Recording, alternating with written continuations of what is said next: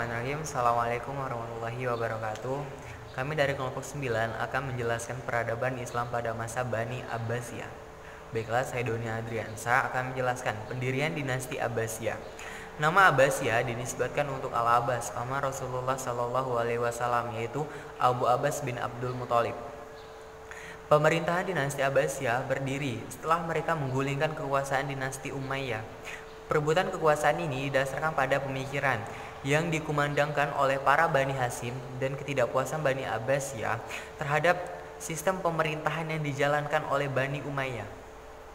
Dinasti Abbasiyah berdiri tahun 132 Hijriah atau 750 Masehi sampai 56 Hijriah atau 1258 Masehi dan berkuasa selama kurang lebih 50 tahun dan terus meningkat dan mencapai peradaban Islam yang gemilang dalam sejarahnya, di mana pada masa itu diharapkan akan muncul pengetahuan dan perkembangan yang maju pada umumnya, maju di bidang militer, perdagangan, industri, pertanian, dan berbagai macam hal lainnya. Perkembangan di bidang lain yang diraih oleh dinasti Abbasiyah. Baiklah. Bismillahirrahmanirrahim. Assalamualaikum warahmatullahi wabarakatuh. Perkenalkan, nama saya Asya Nurlansa. Saya dari kelompok 9.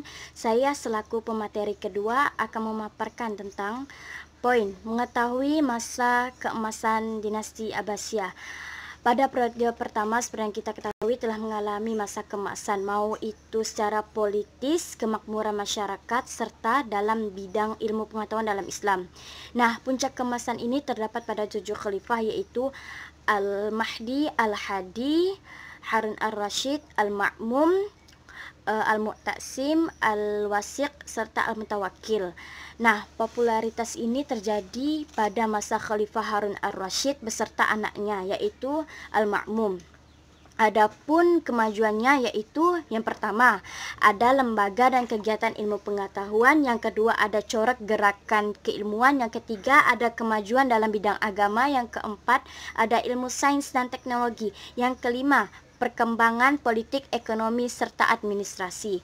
Nah, kemudian ada juga faktor pendukung masa keemasan dinasti Abbasiyah, yaitu terjadinya asimilasi antara bangsa Arab dan bangsa lain yang menciptakan kerjasama yang berlangsung secara efektif dan bernilai guna. Yang kedua ada gerakan penerjemah yang terdiri dari 3 fase. Nah, secara garis besar ada 2 faktor penyebab tumbuhnya kejayaan Bani Abbasiyah, yaitu yang pertama ada faktor internal yang berasal dari dalam ajaran Islam yang mampu memberikan semangat serta motivasi terhadap kaum muslim pemeluk untuk mengembangkan peradabannya. Yang kedua ada faktor eksternal, ada 4 pengaruh, yaitu semangat Islam, perkembangan organisasi negara, perkembangan ilmu pengetahuan, serta perluasan daerah Islam. Nah, dari masa kemasan ini juga lahirlah beberapa tokoh intelektual muslim seperti Ibnu Sina, Al-Hindi, serta tokoh-tokoh lainnya. Sekian sedikit penjelasan dari saya. Assalamualaikum warahmatullahi wabarakatuh. Assalamualaikum warahmatullahi wabarakatuh. Saya Yuliana. Di sini saya akan membacakan poin ketiga dari makalah kami tentang sejarah peradaban Islam pada masa dinasti Abbasiyah. Peradaban Islam mulai mencapai masa kejayaannya, masa kemasannya pada dinasti Abbasiyah. Periode pertama yakni pada masa-masa Khalifah Harun Ar-Rasyid, yang mana semua telah berkembang dengan baik, berkembang dengan pesat, baik dari segi keilmuan dan para tokoh-tokohnya, dari segi politik, ekonomi, dan lain sebagainya. Namun pada periode kedua, dinasti Abbasiyah mengalami kemunduran, mengalami beberapa permasalahan yang menjadi cikal bakal dari runtuhnya dinasti Abbasiyah. Beberapa faktor di sini yang menjadi cikal bakal runtuhnya dinasti Abbasiyah diantaranya adalah yang pertama, pengaruh Mamluk, Seljuk, dan Buwaihiyah terhadap dinasti Abbasiyah, yang mana pada awalnya Mamluk, Seljuk, dan juga Buwaihiyah berada di bawah kekuasaan dinasti Abbasiyah.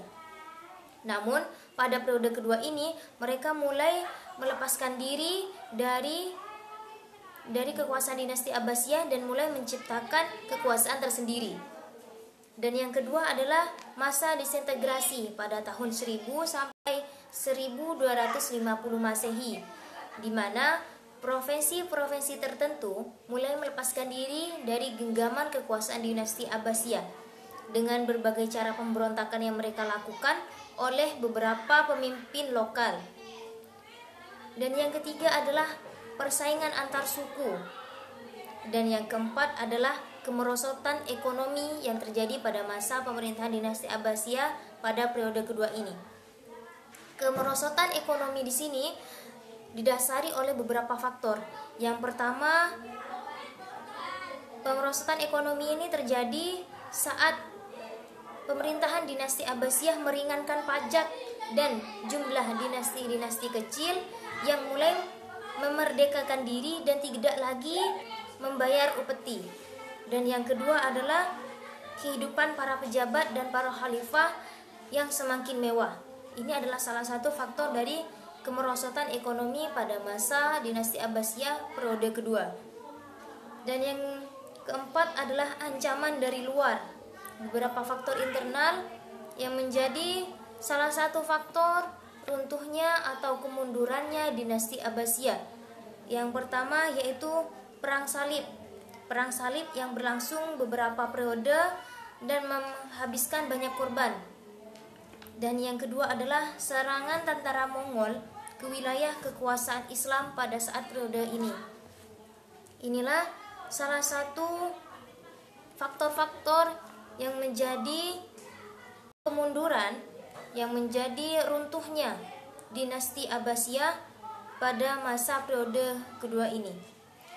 Inilah yang dapat saya sampaikan dari materi ketiga kelompok kami tentang sejarah peradaban Islam pada masa dinasti Abbasiyah. Kurang dan lebihnya saya mohon maaf. Wassalamualaikum warahmatullahi wabarakatuh. Assalamualaikum warahmatullahi wabarakatuh. Perkenalkan, nama saya Reski Mandari.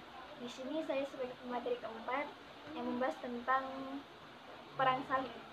Ya, Perang Salib ini terjadi pada tahun 1095 Masehi saat Paus Urbanus II berseru kepada umat Kristen di Eropa untuk memperoleh kembali keleluasaan berziarah di Baitul Maqdis yang dikuasai oleh penguasa Seljuk, serta menghambat pengaruh dan invasi dari tentara Muslim atas wilayah Kristen, sebagaimana sebelumnya tentara Sultan Al-Arsalan rahimahullah tahun 464 Hijriah atau 1071 Masehi yang hanya berkekuatan 20.000 sampai 30.000 prajurit dalam 40.000 sampai 70.000, terdiri dari tentara Romawi, Hus, Al-Akhraj, Prancis, dan Armenia. Peristiwa ini dikenal dengan peristiwa Manzikert. Walaupun umat Islam berhasil mempertahankan daerah-daerah dari tentara salib, namun kerugian yang mereka derita banyak sekali karena peperangan itu terjadi di wilayahnya. Kerugian-kerugian ini mengakibatkan kekuatan politik umat Islam menjadi lemah. Dalam kondisi demikian, mereka bukan menjadi bersatu, tetapi malah terpecah belah.